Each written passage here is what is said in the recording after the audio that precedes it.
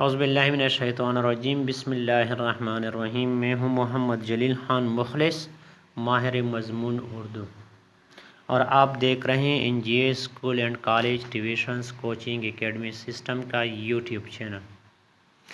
12ویں جماعت اردو سبق نمبر 2 سقراط، رموز اوقاف اور سیاق و سباق کے بارے میں آج ہم پڑھیں گے۔ ویڈیو شروع کرنے سے پہلے آپ سے درخواست ہے کہ N G A school and college tuitions coaching academy system کا یوٹیوب چینل لازمی سبسکرائب کریں، لائک شیئر اور کمنٹس کریں تاکہ ہمیں آپ کی پسندیدگی کا اندازہ ہو سکے اور آپ کی طرح دوسرے طلباء و طالبات اس سے بھرپور استفادہ حاصل کر سکیں۔ تو آئیں ویڈیو کا آغاز کرتے ہیں۔ اچھا، یہ اوپر کے جو بیان ہے اس کا تعلق جو ہے پچھلی ویڈیو سے ہے، جس میں ہم نے تحریک پاکستان کے سرکردہ رہنما میں سے ایک کا ذکر کیا تھا، چودھری رحمت علی صاحب کا۔ تو قیام پاکستان کے بعد آپ دوبارہ پاکستان آئے، مگر نامناسب حالات اور رویوں کے باعث آپ دل برداشتہ ہو کر برطانیہ چلے گئے۔ برطانیہ میں جنوری کے مہینے میں سخت سردی کے باعث آپ نمونیا کی بیماری کا شکار ہو گئے اور 3 فروری 1951 ہفتے کی صبح اس دنیا سے رخصت ہو گئے۔ آپ کے جسد خاکی کو کیمبرج کے قبرستان میں امانتاً دفنا دیا گیا۔ تو سقراط سقراط ہے، دوسرا سبق ہے۔ اس سبق کا جو مشق ہے اس میں سے سوال ہے رموز اوقاف کا۔ تو رموز اوقاف واوین کی علامت، جس کو ہم کاما کہتے ہیں، انورٹڈ کاماز انگریزی میں ہے، جبکہ کوئی اقتباس دیا جائے یا کسی کا قول نقل کیا جائے تو اس کے شروع اور آخر میں یہ علامت لگتی ہے۔ مثلاً کسی نے کیا خوب کہا، خدا، اب اس کے بعد خوب کہا ہے، یہاں سے پھر کیا ہوگا، کاما شروع ہوں گے، واوین یا قوسین بھی اس کو کہتے ہیں۔ خدا ان کی مدد کرتا ہے جو اپنی مدد آپ کرتے ہیں۔ سوالیہ کی علامت یہ ہے، یہ علامت سوالیہ جملوں کے آخر میں لگتی ہے، جیسے تم کون ہو، میری کتاب کہاں رکھی۔ ندائیہ فجائیہ، اس کے لیے ایک ہی علامت ہے، دونوں کے لیے ندائیہ اور فجائیہ کے لیے ایک طرح کی علامت استعمال ہوتی ہے۔ جب کسی کو مخاطب کرنا ہو تو یہ علامت لگائی جاتی ہے، جیسے امجد، بات سنو، لڑکے ادھر آؤ۔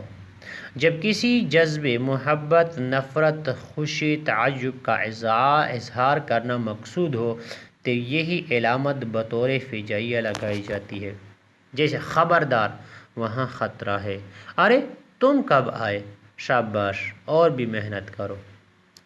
اگلا سوال ہے، دیے گئے مضمون پر اپنی رائے کا اظہار کرتے ہوئے بتائیں کہ مصنف نے کس حد تک سقراط کی شخصیت اور کرۂ نمایاں کو بیان کیا ہے۔ جواب، اس مضمون میں مصنف نے سقراط کی شخصیت کو نہایت اختصار سے بیان کیا ہے، جس میں انہوں نے سقراط کی جائے پیدائش، والد کا پیشہ، فلسفے سے ان کی رغبت اور فوج میں بھرتی ہونے کو بیان کیا ہے، اور ان کے نمایاں کارناموں میں جنگوں میں بہادری سے لڑنا، فلسفیانہ طرز تعلیم، ضمیر کی آواز پر عمل اور سچائی کا درس دینا بیان کیا ہے۔ مصنف نے اگرچہ اختصار سے کام لے کر کوزے کو دریا میں بند کرنے کی ناکام کوشش کی ہے، جس سے تشنگی کا احساس ہوتا ہے، کیونکہ سقراط جیسی عظیم ہستی پر تو سینکڑوں کتابیں لکھی جا سکتی ہیں، 1.5 ورق کا یہ مضمون سقراط کی زندگی کا احاطہ نہیں کر سکتا۔ پھر بھی مصنف کی یہ کوشش قابل تعریف ہے۔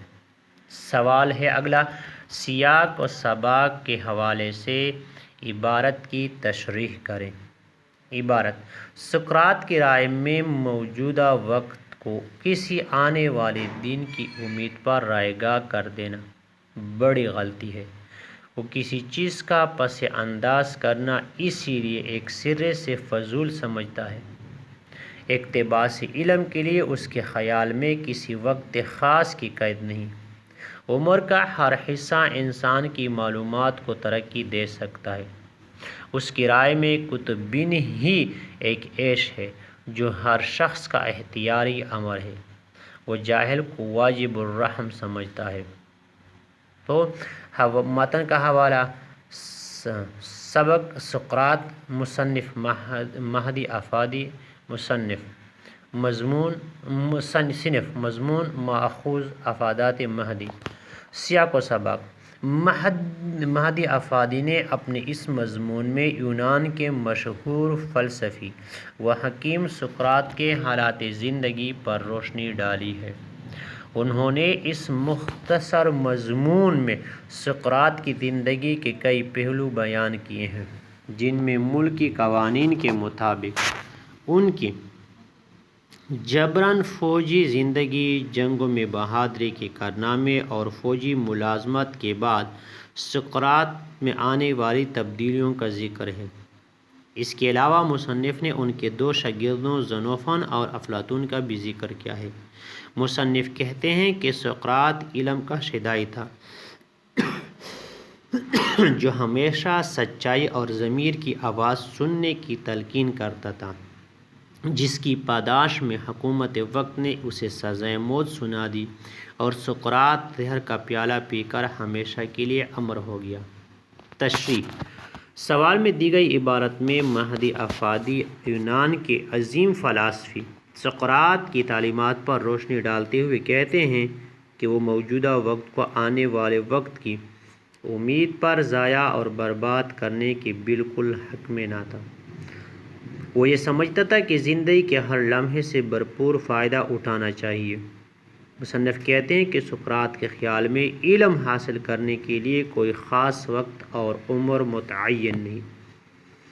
عمر کے جس حصے میں بھی انسان چاہے علم حاصل کر سکتا ہے، اس کے خیال میں انسان عمر کے مختلف حصوں میں بھی بہت کچھ سیکھ سکتا ہے، کیونکہ زندگی کے تجربات اسے بہت کچھ سکھاتے رہتے ہیں۔ سقراط کے نزدیک ایک آدمی کی سب سے بڑی تفریحی اور عیش اچھی کتابوں کا مطالعہ ہے۔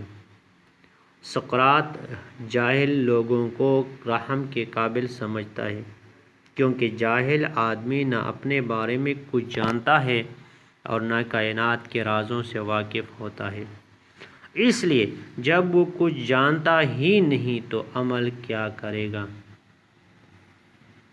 یہ تھا آج کے سبق نمبر 2 سقراط، اس کے کچھ مشقی سوالات سیاق و سباق کے متعلق۔ انشاءاللہ اگلی ویڈیو کے ساتھ دوبارہ آپ کی خدمت میں حاضر ہوں گے۔ تب تک کے لیے مجھے دیجیے اجازت۔ اپنا بہت سارا خیال رکھیے گا اور مجھے اپنی دعاؤں میں یاد رکھیے گا۔ اللہ حافظ۔ السلام علیکم ورحمۃ اللہ وبرکاتہ۔